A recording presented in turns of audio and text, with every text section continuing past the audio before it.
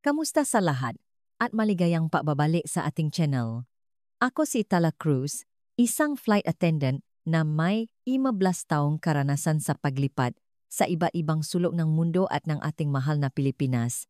Sa loob ng maraming taon na iyon, marami na akong nakitang mapasahero nga pamilyang nasasabi, ma-business traveler na nagmamadali, at siyempre, ang ating mga kagalang-galang na senior citizens na puno ang pangarap na makita ang kanilang nga mahal sa buhay o tuklasin ang mga bagong lugar.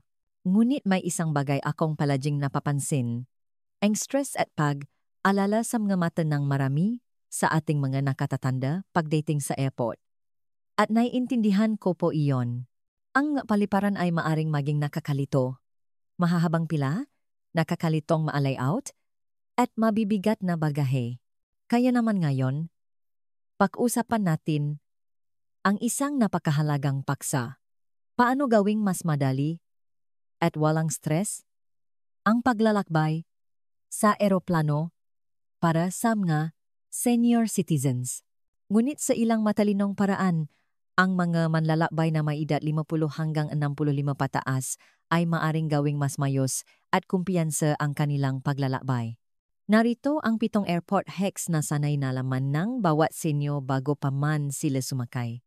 Mula sa tamang paimpake hanggang sa paghahanap nga natahimik na lugar sa mga terminal, makakakuha kayo ng mga totong payo at maliliit na pagbabago na makakatipid sa inyong oras at makakaiwas sa abala. Kaya samahan ninyo ako hanggang sa dulo dahil ang mga hack na ito ay maring magbago ngang inyong karanasan sa paglalakbay magpakailanman. Magsimula na tayo. Numero 1. Dumating ng maaga.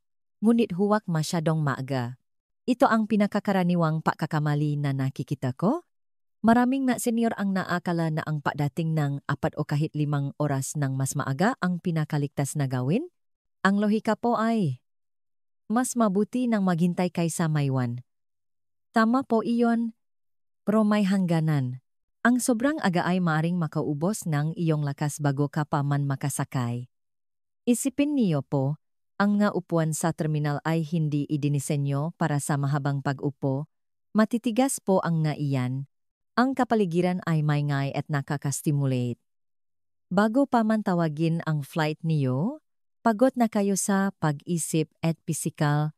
Para sa mga domestic flight dito sa Pilipinas sabihin, nating Manila papuntang Boracay o Palawan, sapat na po ang 2 oras.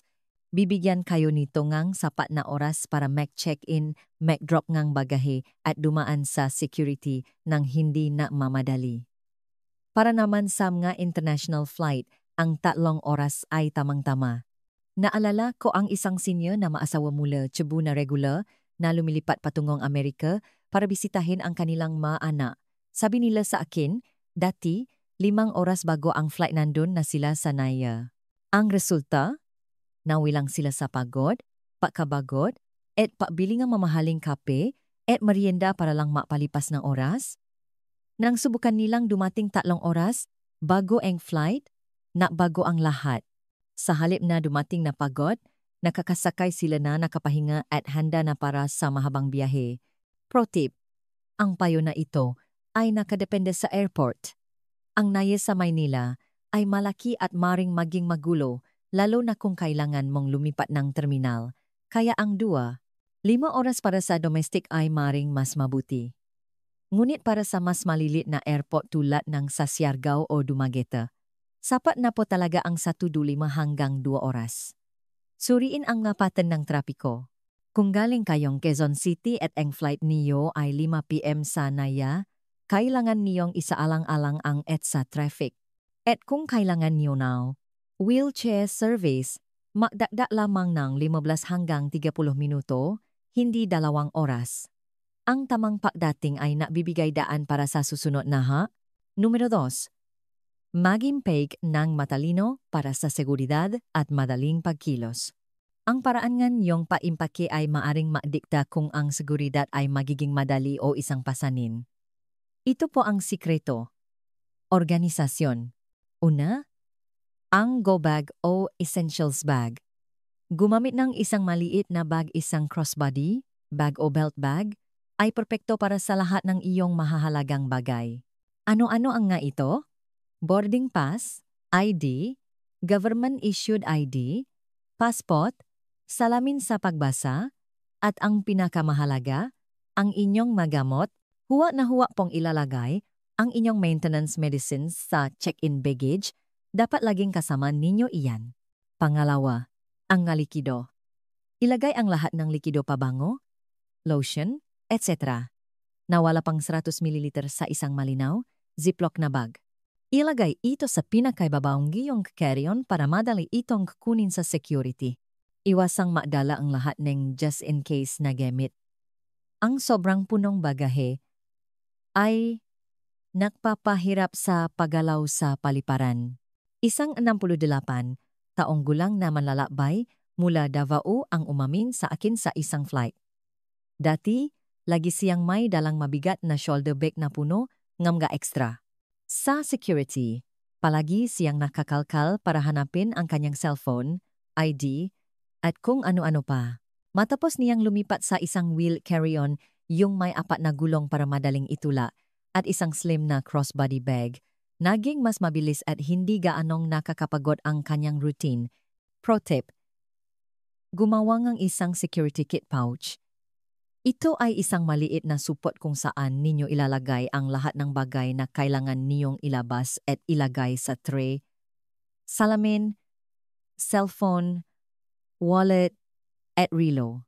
Pagdating sa security, ilabas lang ang pouch na ito, ilagay sa tray, at tapos ka na sa loop lang ng ilang segundo. Napakaliit na pagbabago pero napakalaki ng epekto. Numero 3. Gumamit ng mobile boarding pass at real-time alerts. Alam ko po, marami sa atin ang mas comfortable pa rin sa papel na boarding pass. Ngunit sa panahon ngayon, ang teknolohiya ay ating kakampi. Ang paggamit ng app ng iyong airline, tulad ng sa Philippine Airlines o Cebu Pacific, ay nagbibigay sa iyong ng agarang access sa iyong boarding pass. Pero ang pinakamalaking bentahe ay ang real-time alerts. Ang maliit na bus sa iyong bulsa ay maaring maabiso sa iyo kung na-delay ang flight o mas mahalaga kung nabago ang gate. Isang manlalakbay na nasa kanyang 70s ang nakuwento sa akin. Nasa Mactangan Cebu International Airport siya, naghihintay para sa kanyang connecting flight. Akala niya ay tama ang gate na pinuntahan niya. Biglang nag-vibrate ang kanyang telepono, isang alerto mula sa airline app na ang gate ay inilipat sa kabilang dulo ng terminal. Dahil sa abisong iyon, nagawan niyang kumilos ng mahinahon at maalakat papunta sa tamang gate. Kung umasa lang siya sa mga screen sa airport, baka huli na ng malaman niya. Ang ganoong uri ng abiso ay napakalaking tulong. Pro tip, Laging Mag, save ng screenshot ng inyong mobile boarding pass. Kung sakaling biglang humina o mawalan ng wifi sa airport, mayroon pa rin kayong kopya sa inyong photo gallery. Pangalawa, magdala ng power bank. Walang silbi ang mobile pass kung low-bat ang cellphone niyo. At pangatlo, ay enable ang mga abiso mula sa airline at airport. Numero 4, humiling ng tulong at espesyal na serbisyo ng mas maga. Ito po ay isang bagay na sanay malaman ng lahat. Hindi po ito kahinaan. Ito po ay katalinuhan. Ang airline at paliparan sa Pilipinas ay naalo ngang mas maraming tulong kaysa sa inaakalang karamihan. Ang ma-wheelchair escort, priority security lanes, at tulong sa pagsakay ay karaniwang magagamit ng walang bayad. Ang susi ay ang packbook. Nito 48 oras ng maaga. Isang biyudo sa kanyang 80 ang naksabi na malaki ang pagkakaiba. Sa unang biyahe niya, mag-isa matapos pumanaw ang kanyang asawa, nahirapan siya. Mahabang pila, malayo ang gate, halos may wanan, siya neroplano. Sa kanyang sumunod na biyahe, sinunod niya ang payo ng kanyang anak na humiling ng tulong. Mula sa curbside, may sumalubong na sa kanyang naka-wheelchair. Itinulak siya sa check-in, sa security, at diresto sa gate. Sabi niya, "Tala, parang VIP ako. Hindi ako napagod at hindi ako na-stress. Sa 15 taon ko pong paglipat, nakita ko kung gaano kalaki ang ngiti ng mga pasaherong gumagamit nito. Huwag po kayong mag-atubiling gamitin ang serbisyong ito. Karapatan niyo po iyan. Pro tip, kapag nagbubook kayo ng ticket online, may opsyon doon para mag-request ng special assistance. Kung hindi, tawagan ang customer service ng inyong airline at ipanote ang inyong hiling sa inyong reserbasyon. Dalhin ang anumang medical paperwork sa iyong carry-on para mapabilis ang proseso. Numero 5. Piliin ang iyong upuan ng matalino bago sumakay. Ang iyong upuan ay maaring magtakda ng iyong buong flight. Para sa isang maikling flight, baka hindi ito mahalaga. Ngunit para sa 4 na oras o higit pa, napakahalaga nito. Aisle seats sa maydanan. Maganda ito para madali kayong makatayo, mag-unat, o pumunta sa banyo nang hindi nakakaabala. Bulkhead rows. Unang hilera. Ito ay may mas maluwag na legroom. Perpekto para sa mga may problema sa tuhod. Tandaan lang na walang upuan sa harap niyo, kaya lahat ng gamit ay dapat nasa overhead bin sa panahon ng take-off at landing. Upuan malapit sa banyo. Kung madalas kayong gumamit ng banyo, ito ay maginhawa para hindi na kayo maglakad ng malayo. Ang sikreto ay ang pagsuri sa seatmate ngang iyong airline hindi lang sa pakbo, kundi muli 24 oras bago ang iyong flight. Ito ang oras kung kailan nabubukas ang online check-in. Maraming premium seats tulad ng exit rows o bulkhead ang biglang nagiging available dahil ang nga elite flyers ay na-upgrade sa business class. Maraming mga sinya ang nakakuha nga magagandang pwesto ng walang dagda na bayad sa ganitong paraan. Pro tip, laging matakda nga alam sa inyong cellphone 24 oras bago ang pag-alis. Buksan agad ang app at tingnan kung may mas magandang upuan na nabakanta. Ilang segundo lang ito pero maring magpabago sa buong karanasan niyo sa flight.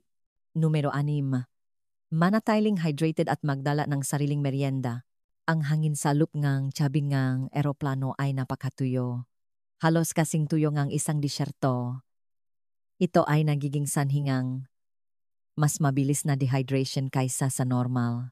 Kapag dehydrated, madali tayong makaramdam ng pagkahilo, pananakit ng ulo at panghihina. Ang solusyon ay simple, magdalangang walang laman na refillable water bottle. Pagkatapos ng security, hanapin ang pinakamalapit na water fountain at punuin ito. Uminom ng madalas sa buong biyahe. Tungkol naman sa pagkain, magdalangang sarili ninyong merienda. Bakit? Una, makakatipid kayo. Pangalawa, makokontrol ninyo ang inyong kinakain. Magdalang masusustansyang merienda na gusto niyo talagam nga mani, dried mangoes, pastillas o kahit isang saging, ito ay mas mainam kaysa sa mahal at maalat na sandwich sa airport. Ang pagpapanatili ng matatak na blood sugar ay mahalaga para maiwasan ang panghihina. Pro tip, manatili sa mga magagaan na merienda. Iwasan ang sobrang maalat na pagkain tulad ng chips dahil lalo itong makaka-dehydrate. Iwasan din ang kape at soft drinks bago at habang nasa flight dahil diuretic ang mga ito. Ang malilit na kagat, bawat ilang oras ay napapanatili sa iyong katawan na matata para sa biyahe. Numero 7. Gamitin ang lounge, tahimik na lugar, at comfort zones. Ang mga airport ay maingay at magulo. Ang patuloy na ingay ay maring maging nakakapagod sa isip. Ngunit karamihan sa mga airport, kahit dito sa Pilipinas, ay may mga nakatagong tahimik na sulok. Maraming tao ang nag-aakala na ang mga airport lounge ay para lang sa mayayaman o business class. Hindi po totoo. Maari kayong makakuha ng excess sa pamamagitan ng credit cards. Maraming credit card ang nag-alok ng libreng lounge access. Suriin ang benepisyo ng inyong card. Day Pass. Maraming lounge ang nag-alok ng Day Pass na maari ninyong bilhin. Isipin niyo po ito bilang isang mali na investment para sa inyong kapayapaan. Sa loob, may malalambot na upuan, libreng pagkain at inumin, Wi-Fi, at tahimik na kapaligiran. Airline loyalty programs. Kung hindi option ang lounge, hanapin ang makapilya o prayer rooms. Kahit hindi kayo magdarasal, ang malugar na ito ay garantisadong tahimik at payapa. Maaari kayong umupo dun sandali para ipahinga ang inyong isip. Pro tip, bago pa man kayo maglakbay, buksan ang Google at i-search ang mapa ng inyong airport. Alamin kung nasaan ang nga lounge, kapilya, o nga tahimik na sitting area na malayo sa food court. Ang pag-alam kung saan pupunta ay makakatipid sa iyo sa pagpagod ka na. Ayan po ang 7 hacks na sanay makatulong sa inyong susunod na biyahe. Tandaan po natin, ang paglalakbay ay dapat maging isang masayang karanasan, hindi isang pinamumulan ng stress, anuman ang ating edad, mula sa matalinong pagdating, organisadong pag-impak, paggamit ng teknolohiya, paghingi ng tulong, pagpili ng tamang upuan, pag-alaga sa katawan, hanggang sa paghahanap ng kapayapaan, lahat ng ito ay nasa inyong kamay. Ngayon, ito ang paborito kong bahagi, ang marinig mula sa inyo. Alinsam ga iPod hack na ito ang pinakanasasabi kayong subukan sa inyong susunod na biyahe? Mayroon ba kayong sariling tips na gusto niyong ibahagi? Sabihin ninyo sa mga komento sa ibaba. Gustong-gusto ko pong basahin ang inyong makwento. Ang inyong karanasan ay maaring eksakto kung ano ang kailangan ng isa pang senyor na manlalakbay. Muli, ako si Tala Cruz, nagpapaalala na ang mundo ay malawak at naghihintay na tuklasin, huwag hayaang maging hadlang ang edad. Salamat sa panonood, mag-ingat po kayo sa inyong mga biyahe, at magkita-kita tayo sa susunod na video.